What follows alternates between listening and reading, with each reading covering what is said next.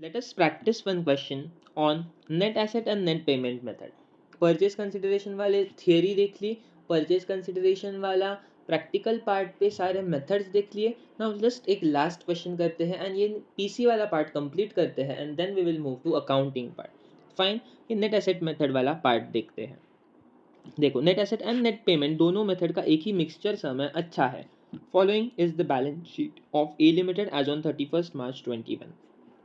देखो, balance sheet है, share capital हमें दिया है, लेट प्रेफरेंस शेयर भी है एंड इक्विटी शेयर्स भी है.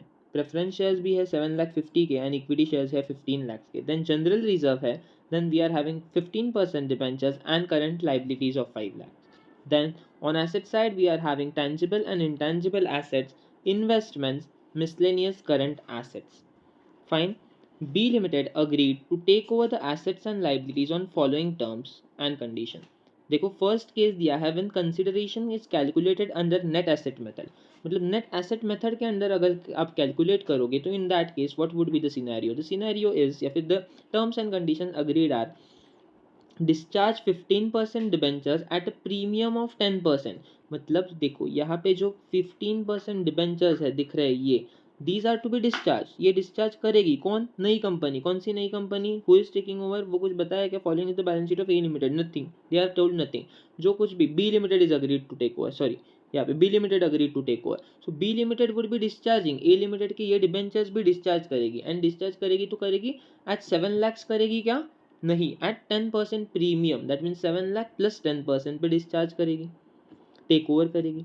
Then assets would be taken over 10% above the book value. Investment would be taken over at par.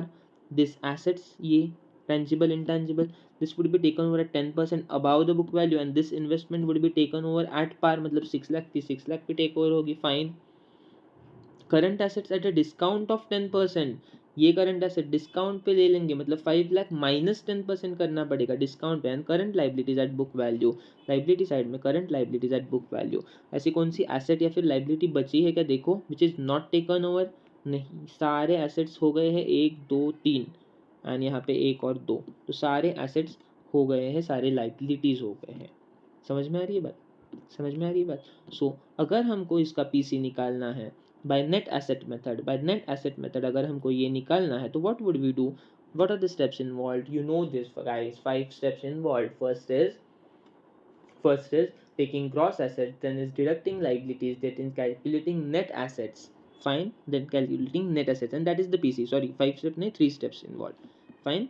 So वो देखो यहाँ पे किया है, they are prepared the statement calculating net assets या फिर calculating purchase consideration. Take all the assets. Assets में क्या क्या थे? 4 एसेट्स थे I guess. We had 4 assets I guess.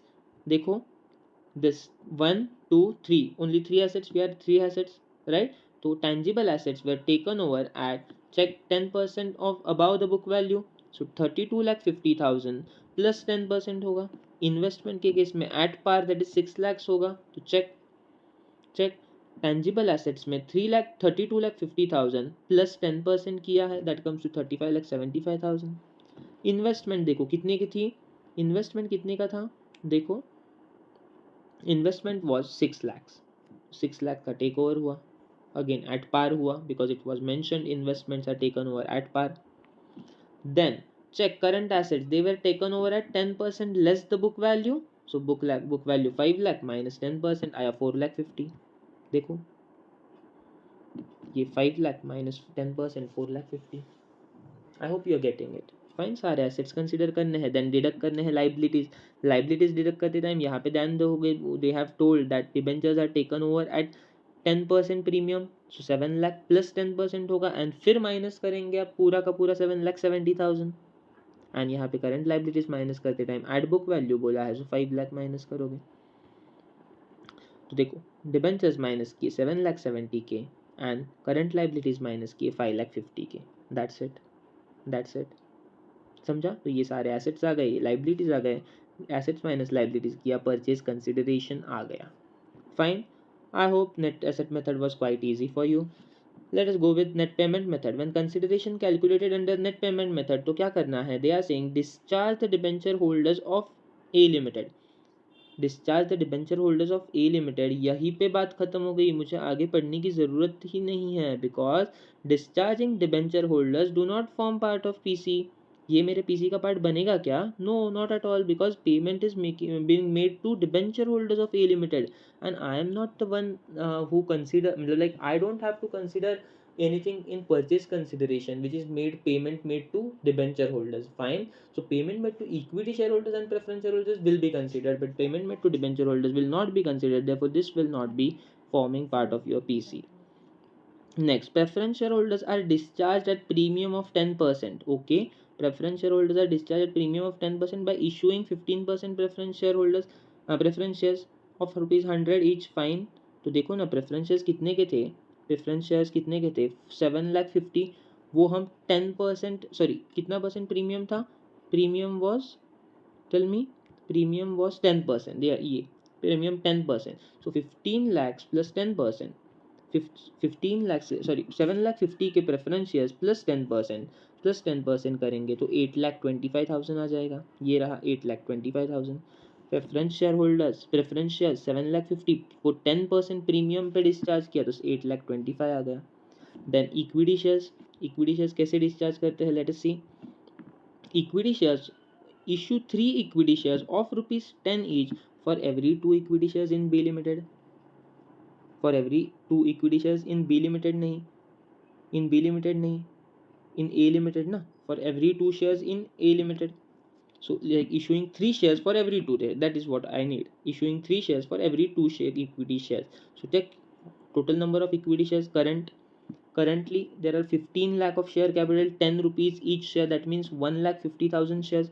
For every 2 shares I would be issuing 3 shares, right? 3 equity shares for every 2 shares, right? So 3 equity shares for every 2. So 15 lakh into 3 for every 2. 3 divided by 2. Check 15 lakhs into 3 by 2.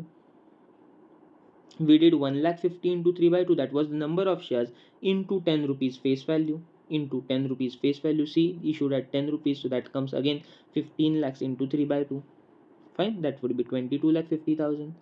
And then last, and a cash payment is made at ₹3 per equity share. So कितने equity shares थे? 15 lakhs, right? Equity shares कितने थे? 1,50,000, right? So 1,50,000 shares, हर एक को 3 rupees मिलेंगे.